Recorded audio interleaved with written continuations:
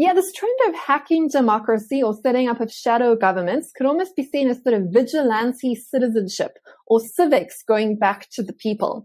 And here we are really talking about, again, there's various different projects we can look at, but it's where citizens see that they are simply not getting service delivery from their elected officials or for their governments or from their municipalities, are literally just taking it upon themselves to take back those services.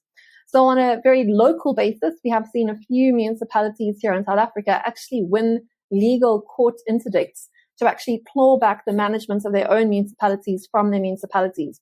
So in other words, those municipalities are now almost being run as a body corporate, where the citizens collect their own rates and taxes and deliver their own services, bypassing the municipalities that are supposed to do that but weren't doing that. Now, that's, of course, once that sort of erosion has taken place quite a lot, but there are also movements in much more developed nations that might appear superficially to be run a lot better. And here the term shadow government is being used a lot more. And we're talking about this as being almost a way for citizens and for perhaps future political parties to start getting involved with politics that kind of bypasses the ballot box and the existing bureaucracy that has been set up around service delivery. And what shadow governments do are, again, grassroots movements, unelected individuals, concerned citizens, getting together, stepping up and doing what government's supposed to be doing. So if they see, say, a pothole in a road, these sort of shadow governments will just go and fill it. They'll do some fundraising, start up an organization and go fill it. And we do see a lot of these civil service sort of movements here in South Africa too, but the shadow government thing is almost more emergent.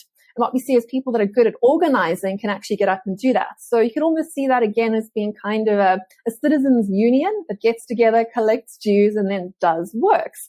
And it could be a way to sort of start getting into government if you just do this without waiting for permission, starting a political party, buying the t-shirts like you normally do if you're going to start this. Instead, you start by doing works. You prove yourself.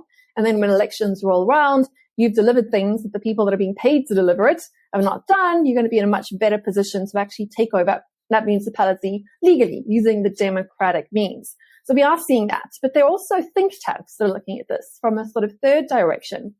They're actually saying that now that we have decentralized technologies that allow us to organize people at scale by using technologies very similar to the ones that are used to govern DAOs, for example, we are now able to allow citizens to make more decisions for themselves, particularly at the local government sort of area, right? Where you have that sphere of influence where you actually care about how your verges look or whether your traffic lights are working. So the municipal government is a good place to start testing some of these ideas. But the idea is to shift government from particularly the executive sort of wing of government from making decisions for people to actually executing the will of the people. So it's taking democracy into a much deeper level. Instead of just picking your governments and picking your elected officials, you would actually be able to vote on how money is spent or what projects are executed or who does them. And the government's role would then shift to actually just executing what the people want. Now, this sort of Swiss canton system works similar to that, but it has been quite cumbersome because you're still sort of voting physically. You're not necessarily using that sort of instant voting ability which you can have with technologies like decentralized DAOs and all the rest of it to vote on very, very small things, get a quorum and get that decision moved over. This idea of citizens and civics taking much more interest in governance and government stepping back from decision making and falling more into an executive role is probably a trend that we can see playing out in a few years into the future as a response to these shadow governments and this sort of hacking democracy where things are simply not working anymore.